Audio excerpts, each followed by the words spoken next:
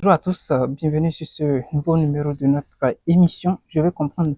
Aujourd'hui, le thème de notre émission s'intitule L'appel de Dieu. L'appel de Dieu. Oui, Dieu appelle-t-il véritablement les hommes? Aujourd'hui, beaucoup de personnes disent qu'ils sont appelés de Dieu. Mais Dieu, en tant qu'omniprésent, omniscient, a-t-il toujours besoin des hommes ou bien a-t-il véritablement besoin des hommes pour arriver à sa fin? Si on se pose cette question, d'autres preuves aussi montrent dans les livres, dans les Écritures, que Dieu a toujours utilisé des hommes pour arriver à sa fin, pour accomplir des miracles sur cette terre. Et là, nous devons nous poser tant de questions aussi. Comment on peut être appelé de Dieu? Ça suscite des étonnements. Et pour ça, pour répondre à ces interrogations, nous avons invité pour vous un monsieur, un appelé de Dieu, je vais dire, si vous me permettez. Il s'appelle José Gbede. Donc, bonjour.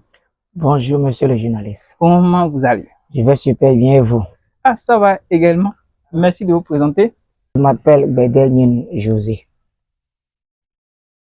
Ok, déjà, vous êtes là pour nous aider à comprendre davantage sur le thème du jour qui s'intitule L'appel de Dieu. Aujourd'hui, bon, il y a pas mal de personnes qui disent qu'ils sont appelés de Dieu, qu'ils sont des serviteurs de Dieu, qu'ils font l'œuvre de Dieu.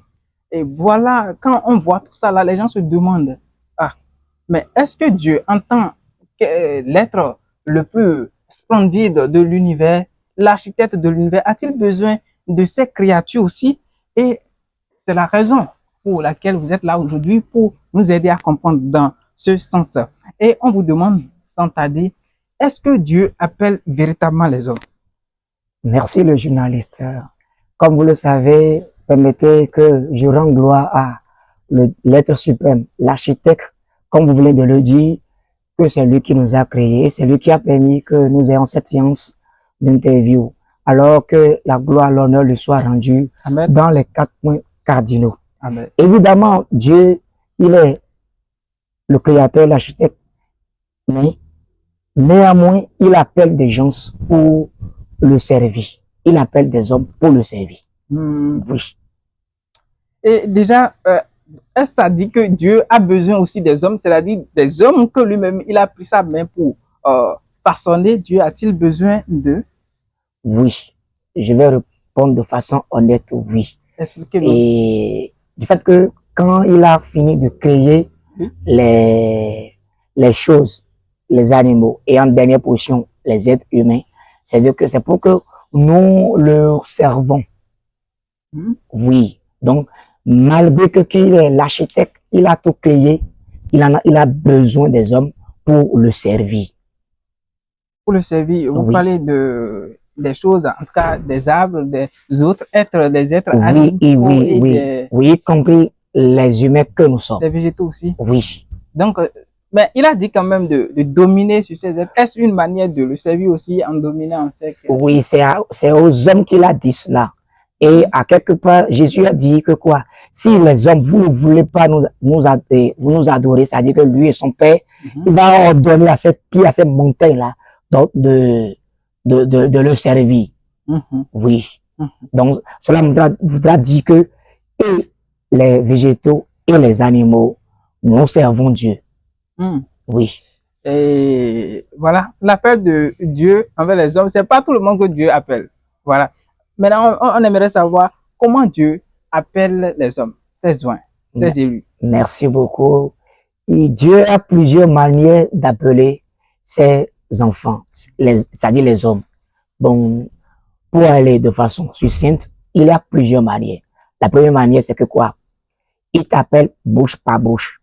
L'exemple d'Abraham, dans Exode 12, il lui a dit à Abraham, prends ta femme et ton neveu. Et là, il dit de sortir pour le servir. Et c'est dans la suite, il lui a dit tout ce qu'il va faire. Et après tout, quand il a oublié, il lui a donné, il lui a dit que, ah, vraiment actuellement là, tu seras père des nations. C'est pourquoi le père Abraham est notre patriarche. Quand nous irons encore dans 1 Samuel, chapitre 3, là, nous verrons que le prophète Samuel même, qui était au service de Dieu auprès du prophète Élie, était là. Et un jour, il a l'habitude de rester dans le temple. Là, un jour, Dieu l'a appelé, il dit Samuel, Samuel, Samuel, 3 fois. Lui pense, il était dans le temple. Or, le prophète était dans l'autre chambre là-bas.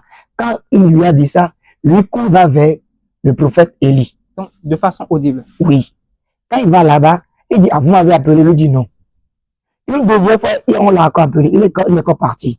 Et de ces deux-là, le prophète Élie lui a dit, si tu entends encore la voix là, dis, ah, je suis à l'écoute.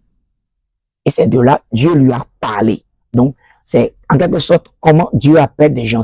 Mais il y a aussi à l'étape fœtale, Dieu en a appelé par le prophète Jérémie. Dans Jérémie 1, Dieu lui a appelé, lui il était déjà à l'étape fœtale quand Dieu l'a appelé. Mais ça c'est très très profond. Et quand il est venu sur terre, et quand Dieu l'a encore parlé, il dit qu'il est petit, qu'il ne peut pas faire ça. Et c'est de là, Dieu lui dit qu'il est avec lui, qu'il va faire tout. Quand nous quittons là, nous irons peut-être au niveau du prophète et l'apôtre Paul. Oui. Quand il était sur la voie de Damas pour aller détruire ceux qui adoraient Dieu là, lui aussi il défendait la cause de Dieu, mais tout en ignorant que c'est Christ qui est encore Dieu, en quelque sorte. Et c'est de là, Dieu lui a fermé les yeux, il est devenu avec, et on lui a posé la question. Pourquoi me persécutes-tu? Il dit, qui es-tu? Et Jésus lui a répondu. C'est de là, on lui a dit, va. Et là, quand il est parti, avec quelqu'un, il lui a recouvré la vie du moins. Et là, à partir de l'instant là, il a commencé par servir Dieu. Mais actuellement, autant à notre temps, comment Dieu appelle les hommes pour le servir? Il y a certains, ils le parlent dans leurs oreilles. Ah, mon frère, toi là, après tes études, tu ne seras pas un fonctionnaire. Tu deviendras un élu de Dieu. Tu vas être mon troupeau. Tu seras un berger. Bon, les gens deviennent pasteurs dans les églises évangéliques, d'autres dans les églises catholiques, et certains dans les églises célestes. Et nous avons l'habitude d'appeler quelque chose vision, qui a été déjà dit dans Joël 2, que quoi? Dans les derniers moments, il y a des gens qui auront de vision. Et à travers cette capacité, on te révèle que, ah, mon frère, tu es appelé à être peut-être tel dirigeant. Tu es appelé à être telle autorité. Que ce soit sur le plan charnel et spirituel. Que ce soit sur le plan charnel comme spirituel. Vous avez dit que Dieu appelle les gens pour qu'ils gèrent des troupeaux. Non, oui. C'est des langages codés. Et cela nous amène déjà à vous poser la question de savoir comment servir Dieu. Quand on dit je sais Dieu, c'est dans quel sens au fait? Et servir Dieu en quelque sorte, de façon simple, c'est faire sa volonté. Si il arriverait qu'il te confie la responsabilité de gouverner ou d'instruire comme les prédicateurs, les pasteurs, ils sont là, ils sont à la fois la bande supérieure et la bande inférieure qui encadrent les troupeaux comme le berger encadre ses troupeaux, encadre ses débris pour ne pas les laisser se perdre ou bien être dévorés par les animaux féroces. Donc c'est en quelque sorte un élu de Dieu. C'est comme ça on sait Dieu. Donc c'est montrer le chemin à suivre par les hommes pour que le dernier moment, il nous dira, comme il nous l'a dit dans Matthieu 7, 21, que fidèle serviteur. Ceux qui ont fait la volonté de Dieu, ceux qui l'ont servi dans la crainte, dans l'humilité et dans la volonté parfaite de Dieu. La volonté parfaite de Dieu. Oui. Ça veut dire quoi? Et ça dit que, bon, parce que vous avez parlé du leadership, c'est-à-dire il faut encadrer, oui. il faut diriger. Oui. Mais quand on prend l'exemple d'un professeur d'école, par exemple, lui-même, il gère des brebis. Supposons que ses élèves, ses apprenants sont des brebis. Évidemment, évidemment. Est-ce aussi une manière pour lui de servir le même Dieu? Oui. Qu'est-ce que vous mettez dans la volonté parfaite de Dieu? Oui. Tout ce qu'on enseigne qui va dans la logique de bien là, a pour origine Dieu. Parce que Dieu est la loi. Et je suis sûr que pour tout un enseignant, il ne peut jamais demander à son apprenant de voler, par exemple, de tricher, par exemple. Or, quand on va faire recours à Dieu, ce sont les principes, les préceptes de Dieu. Alors, un enseignant est un élu, c'est un appelé de Dieu. C'est un appelé de Dieu. Oui. D'accord, merci beaucoup. Dans vos explications tout à l'heure, vous avez parlé de l'état fœtal. Vous avez donné l'exemple de Jérémie que Dieu a appelé avant sa naissance. Mais cela nous suscite aussi des interrogations. Est-ce à dire que tout le monde, en tout cas, si déjà à son état fœtal, déjà Dieu l'appelle, est-ce à dire que tout le monde, Dieu appelle tout le monde, s'il n'y a pas de difficultés, il n'y a pas de défis et que tout le monde peut servir Dieu, voilà. Voici un message pour vous si vous avez du mal à trouver la paix intérieure. Nous avons quelque chose de spécial à vous proposer. Bienvenue sur CTV, votre chaîne de transformation et de vie. Ici, nous partageons la parole de Dieu avec tous. Vous cherchez à cheminer selon la volonté de Dieu? Vous êtes au bon endroit. Chaque vidéo est un pas vers la croissance spirituelle et la paix intérieure. Que vous soyez en famille ou en quête personnelle, CTV est là pour vous guider. Nous croyons que la parole de Dieu a le pouvoir d'élever et de transformer les vies. Alors, rejoignez-nous et vivons ensemble cette belle aventure. Ne manquez pas nos nouvelles émissions. Abonnez-vous dès maintenant et marchons main dans la main sur ce chemin. Soyez bénis et à bientôt sur CTV. Merci le journaliste. Évidemment, ce n'est pas tout le monde que Dieu appelle. Et expliquez-nous. C'est-à-dire quoi? Il y a des gens, ils se voient qu'ils peuvent faire le travail, mais quand on les met à l'épreuve, ils vont échouer. Parce que l'incrédulité des hommes, ce n'est pas diriger les humains là. C'est la chose la plus difficile au monde. On peut dompter les animaux, mais l'être humain, sous prétexte qu'il possède la capacité de raison, il aura toujours à chercher à dire non. Non, ah moi j'ai raison, ah moi j'ai tort. Non, il ne va jamais admettre qu'il a tort, que c'est ça. Même s'il reconnaît que ça là c'est ce qu'on doit faire, il va dire non, ça là non, c'est ce que moi je veux faire.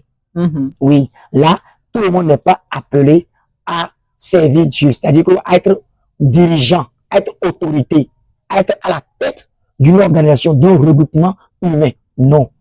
Mais par contre, il y a des gens. Et là où le bas blesse, c'est que quoi? C'est ceux qui ne veulent pas occuper ces postes-là qui sont appelés. Est-ce qui est dangereux dans l'affaire? Sinon, il y a des gens qui refusent.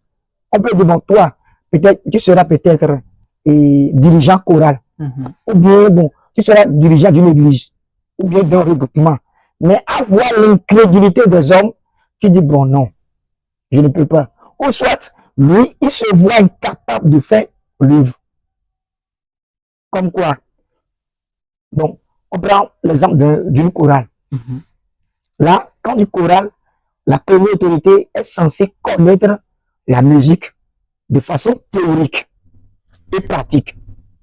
Maintenant, tu veux diriger des gens qui te dépassent sur ce plan-là. Tu auras peur de les diriger parce que, prenons l'exemple d'un enseignant qui n'est pas bien dans la langue molière, qui fait des erreurs grammaticales. Là, il y a peut-être un apprenant qui est là et qui lui rectifie toutes les choses, les erreurs commises. À un moment donné, il va dire, bon, l'enfant, la manière dont il se comporte là, il serait mieux que je disparaisse. Il connaît plus que moi. Il connaît plus que moi. Donc, c'est quelque chose du genre. Donc, ça, c'est des paramètres qui amènent des gens à refuser. Mais, pour le plan de Dieu, Dieu ne prend pas ces aspects-là.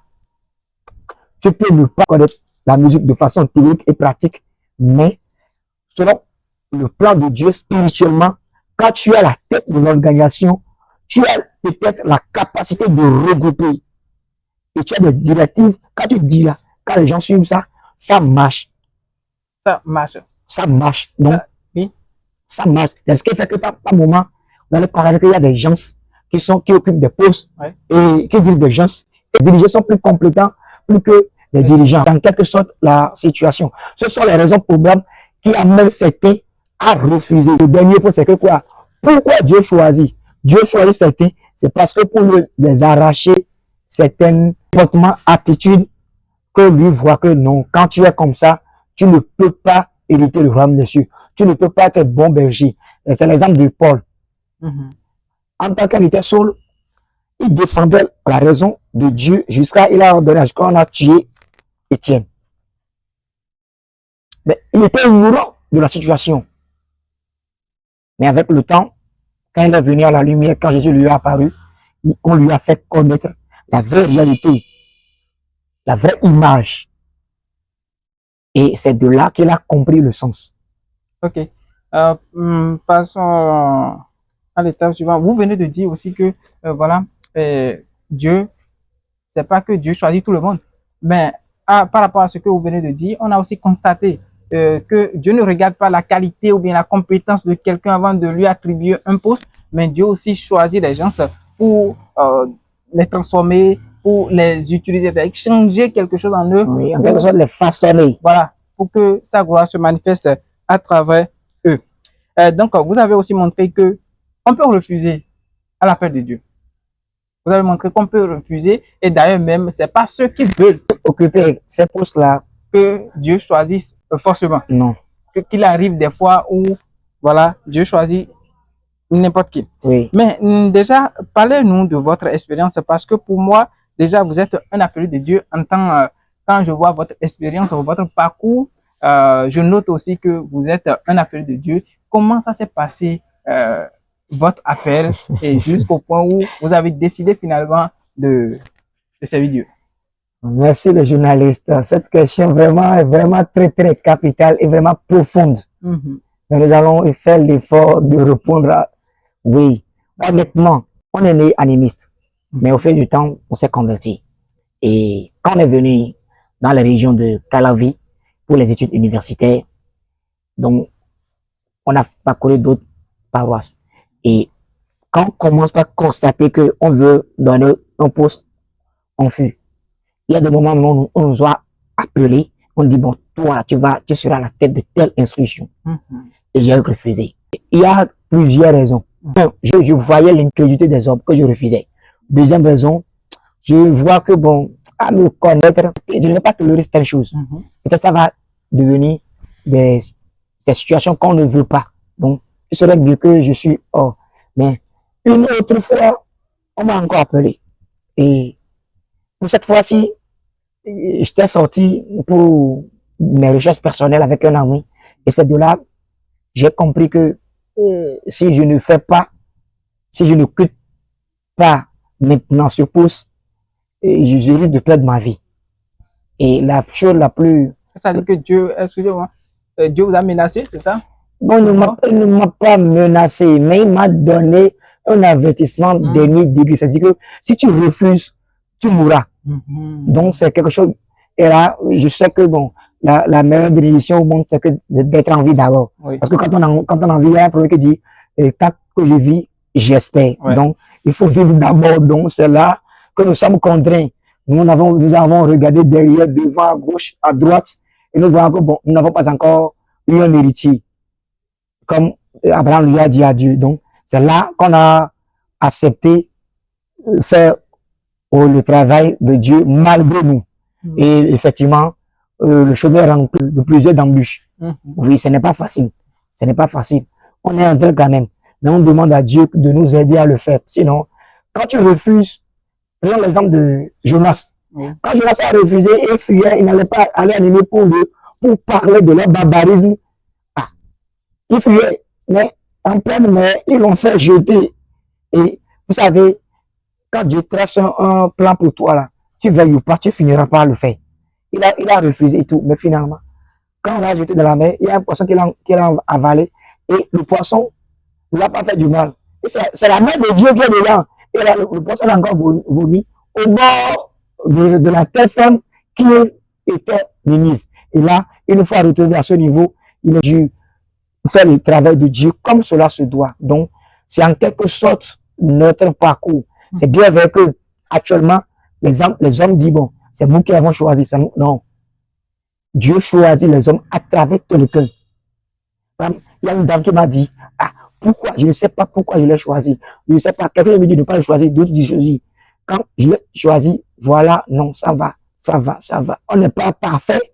On ne fait pas le comme nous-mêmes nous le voulons, mais peut-être comme Dieu le veut, mais néanmoins, on est à l'œuvre quand même. Oui, admettons que on se force quand même. Ok, merci beaucoup. Et d'ailleurs, même, il y a un passage biblique qui dit toute autorité vient de la part de... Oui, c'est dans Romains 13, le premier verset qui dit ça. Ok. Aucune autorité ne vient de Dieu. Donc, toute autorité vient de Dieu. L'autorité peut être méchant, jovial, génial, généreux, n'importe comment. C'est Dieu qui l'a mis là. C'est Dieu qui l'a mis là. Merci beaucoup. Mais je pense que nous sommes à la fin de cette émission. Mais déjà, je peux vous dire que peut-être nous allons encore vous appeler sur notre plateau pour que vous nous parlez un peu de la relation qui existe entre le berger et ses brebis. Parce que là, déjà, vous évoquez, comment on appelle, les défis ou bien les gens qui n'arrivent pas à s'y aller. En tout cas, le chemin est rempli d'ambition. Mesdames et messieurs, nous sommes à la fin de cette émission. N'oubliez pas notre rendez-vous de lundi. Oui, ce lundi, nous avons notre émission Quotidien des hommes. Quotidien des hommes. Et ça va se dérouler à partir de, déjà à 10 heures, on a déjà fait notre diffusion. Merci de nous avoir regardés. Prenez bien soin de vous et rendez-vous pour les autres émissions. Toujours sur CTV, c'est la lumière de la parole, c'est la vérité. Suivez-nous, ça va vous affranchir certainement. Bye bye. Ciao.